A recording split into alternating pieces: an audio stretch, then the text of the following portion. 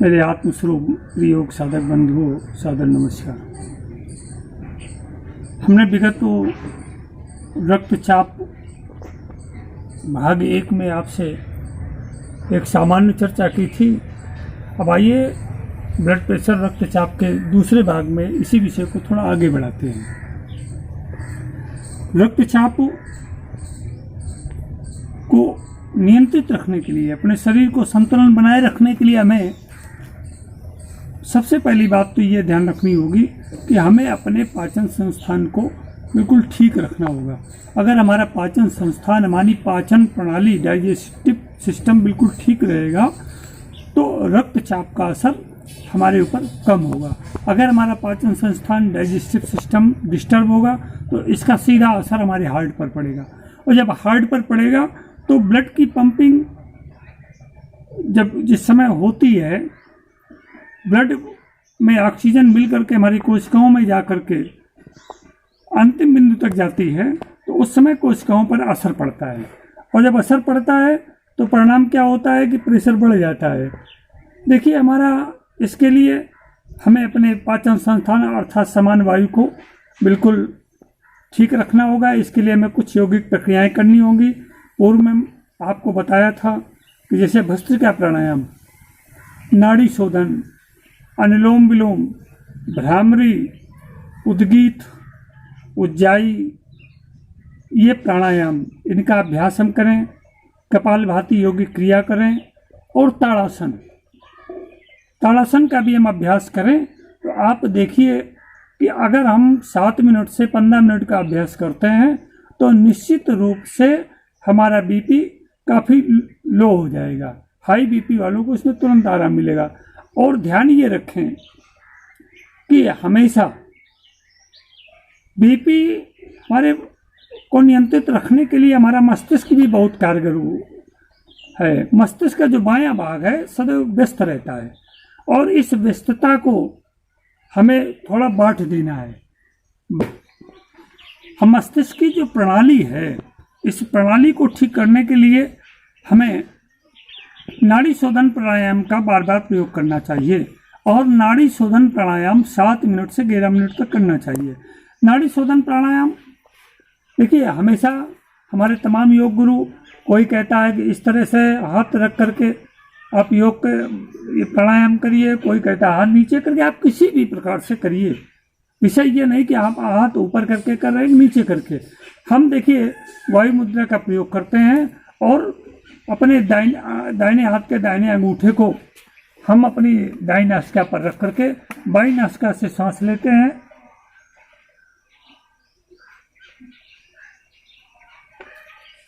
और जब सांस ले ली हमने तो अब दाईं नासिका से सांस छोड़ते हैं।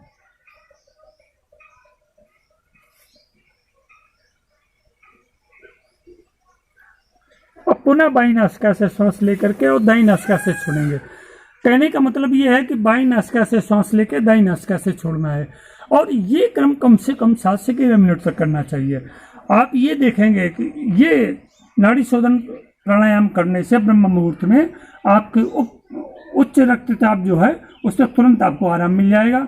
और ये रक्तचाप सदैव प्रातः 3 बजे से 5 बजे के बीच में बहुत तेजी से हमको डिस्टर्ब करता है। अधिकतम रक्तचाप की गति जो उच्च होती है वो सुबह 3 बजे से 5 बजे के बीच होती है, जिसके कारण कभी कभी हार्ट अटैक होकर के व्यक्ति की मृत्यु भी हो जाती है।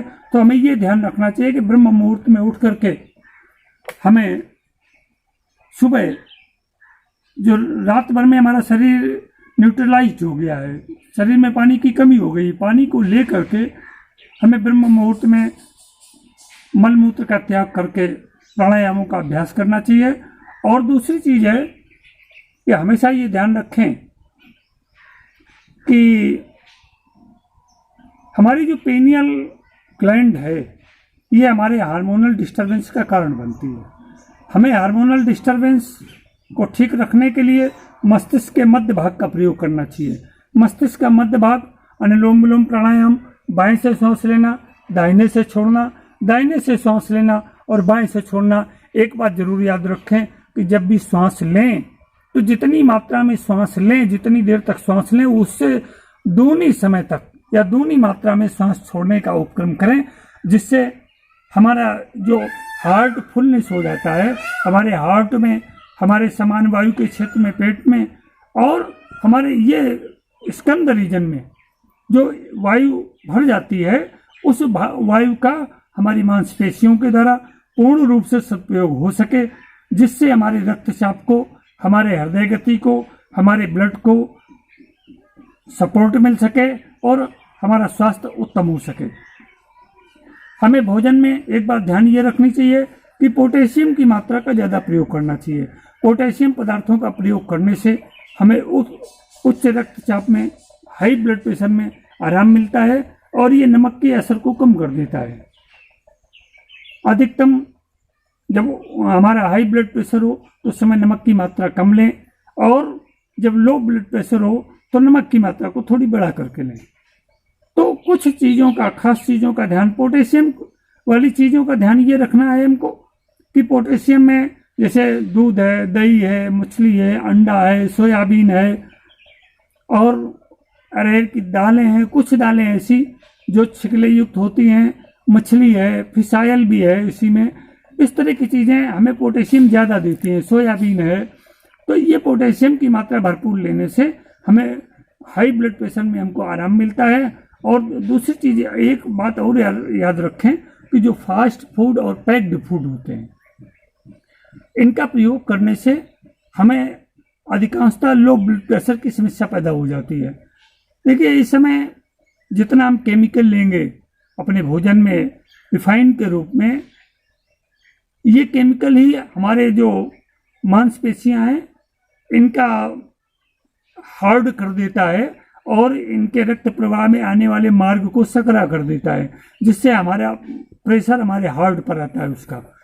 जैसे आप देखिए कि कोई भी चीज, पानी एक सिरे से दूसरे सिरे तक ले जाने के लिए नली में एक तरफ से प्रेशर देना पड़ता है तो दूसरे सिरे तक वो प्रेशर कम करता है। इसी तरह से हमारी मांसपेशियों में भी ब्लड और ऑक्सीजन जब अंतिम सिरे तक जाता है तो प्रेशर बढ़ता है। यही प्रेशर हमारे हार्ट पर आता है। और देखिए, सामान्य अवस्था में हम दूध और दूध से बनी चीज़ों का जब प्रयोग करते हैं तो हमें प्रोटीन पर्याप्त मात्रा में मिल जाता है। अंडे से हमको प्रोटीन मिलता है, हमको मछली से प्रोटीन मिलता है, हमको दालों से प्रोटीन मिलता है, सोयाबीन से भी प्रोटीन मिलता है।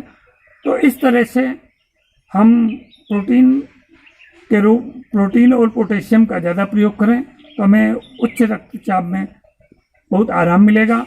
और दूसरी चीज़ है, हमें पिंडली का अभ्यास, पैरों की पिंडली का अभ्यास करना चाहिए। ये हमारे पैरों की पिंडली को, काफ मसल्स को सेकंड हार्ट भी कहा जाता है। ये कभी कभी हमारे रक्तचाप को सामान्य करने में बड़ी सहायता करता है। ताड़ासन, श्वास भरते हुए अपने हाथों को ऊपर ले जाएं और तान लें, हथेली ऊपर की तरफ करके, और अपने पंजों के बल सीधे खड़े हो जाएं, श्वास भरे हुए, और अपनी एड़ियों को नीचे ऊपर चलाएं, एड़ियां जमीन पर न छूने पाएं। इस तरह से एक बार में कम से कम 8 से 10 बार एड़ियों का अभ्यास करना चाहिए। और देखिए, काफ मसल्स, ये हमारे पिंडली की जो मांसपेशियां हैं इनको सिकोड़ना और छोड़ना, इस तरह से काफ मसल्स का अभ्यास भी आप एक बार में कम से कम 10 बार करें और इसके कम से कम 4 से 5 राउंड करते जाएं। इस तरह से हमारी काफ मसल्स हमारे हृदय की गति को। और इसके पश्चात देखिए, शीतलीकरण प्राणायाम। ये शीतलीकरण प्राणायाम दांत भींच करके श्वास अंदर खींचना और नाक से श्वास छोड़ देना। ये उज्जाई प्राणायाम, जीभ को हमने ऊपर तालू पे लगाया और श्वास को अंदर भरा और नाक से श्वास को भी, हमारी मांसपेशियां सक्रिय होती हैं और सक्रिय होने से हमारे रक्तचाप में सहायता मिलती है। जैसे हम जूता पहने हैं या स्लीपर पहने हुए हैं, कहीं ऑफिस में बैठे हुए हैं, तो हमें अपने पैरों के अंगूठों को भी चलाते रहना चाहिए। पैरों के अंगूठे को चलाने से हमारी जो काफ मसल्स हैं वो एक्टिवेट होती हैं, और जब ये एक्टिवेट होती हैं तो इनके एक्टिवेशन से हमारे ब्लड में ऑक्सीजन की मात्रा पंप करने में मांसपेशियों को आगे ले जाने में बहुत सहायता मिलती है। हार्ट को कम जोर लगाना पड़ता है, तो हम अपने पैरों के अंगूठे का, एड़ियों का और काफ मसल्स का भी पर्याप्त मात्रा में अभ्यास करें ताड़ासन के रूप में, तो हमें इसमें ज़्यादा आराम मिलेगा। आज इस वीडियो में इतना ही। शेष अगले भाग में आपको अन्य जानकारी के साथ मिलते हैं। नमस्कार।